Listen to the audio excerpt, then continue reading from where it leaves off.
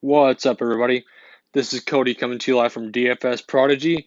This is already a wild weekend, as we can see, with the UFC fight night, with people pulling out and just not fighting because of injuries and COVID. So we're going to play around that and look at the news and make sure nobody else pulls out, and let's see who gets replaced. But I wanted to do a video showing my roster construction for FanDuel and DK. As you can tell, this is FanDuel as we can see. So let's go and knock this fight night out. Starting off at MVP.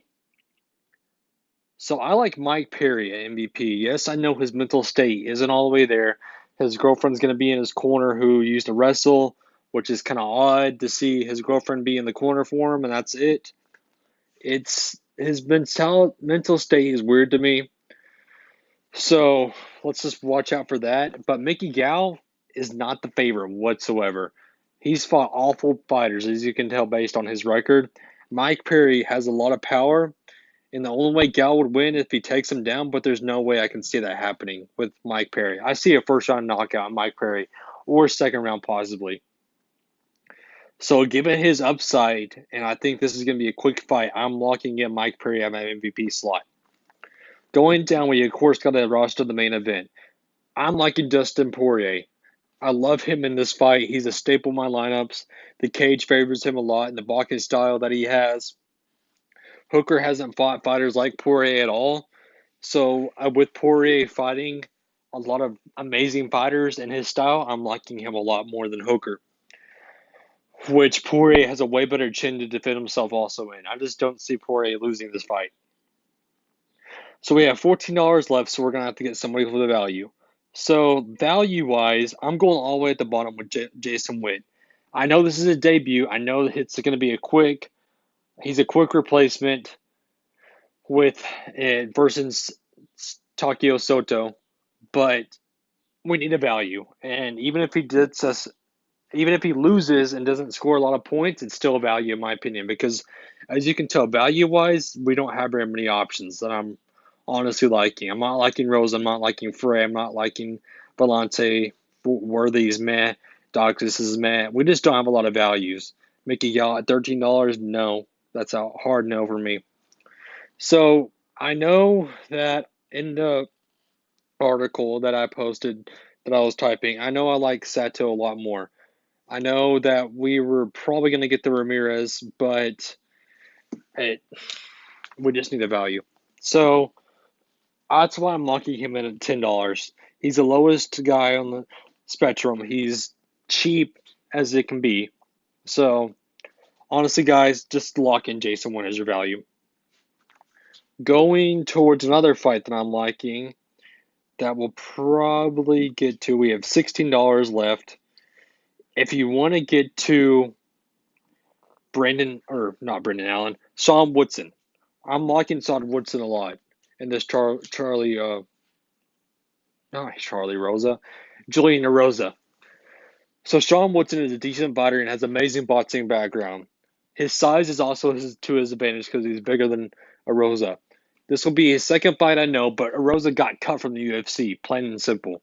Arosa is not that great of a fighter at all. So I'm liking Sean Woodson as a corner piece of my lineup. So as you can tell, we got $15 left, so just play at your own risk. But these four are my core fighters. Let's go over to DK. DK, as you can tell, we have a lot more different salary-wise to play with. So let's start at the top with who we're locking in.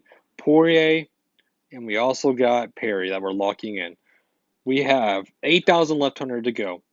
So going downhill, we have Jason Witt at 7,800, who's our value pick. We still have 8,100 to play with. That's a big salary, honestly, on this slate to play with. So we have Woodson, who I talked about just a minute ago that I really like. You want to get with a value.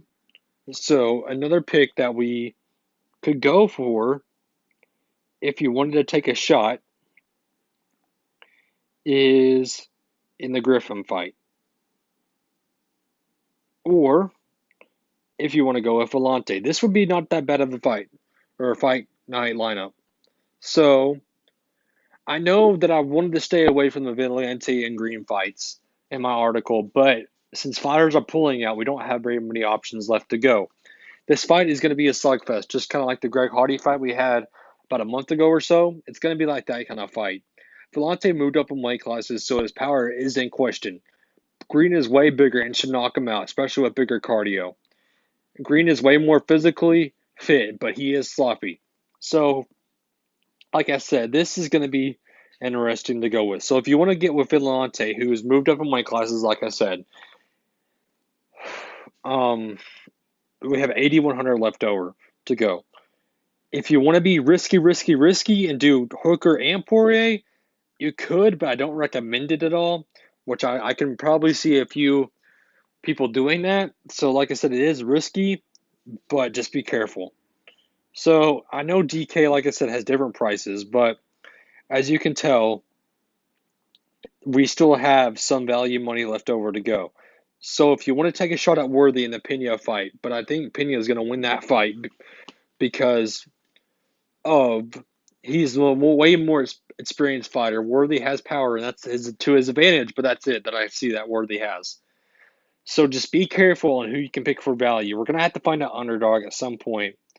So just be on the lookout for my tweets that I'm going to tweet out to see if there's any more news falling out. I'll probably give you all another value that I like on Twitter tomorrow or so. Just be on the lookout for that. So, like I said, guys, just watch the news for this fight card. It's an interesting fight card, as you can tell, with Maverick pulling out, with other people pulling out because of COVID. Just watch the news carefully. So, I'm playing more on FanDuel more than likely than DK on this slate because I like the prices on FanDuel a little bit more than DK based on roster construction. So, we should cash if we can just pick the right values, pick the right underdogs, and have another good week like we did last week. I will have a video more than likely for Pocono on Saturday and Sunday because we have a doubleheader, which I'm pretty happy about. Y'all can check this video on my channel for DFS Prodigy, and I'll post a link on my Twitter. Have a good one, everybody.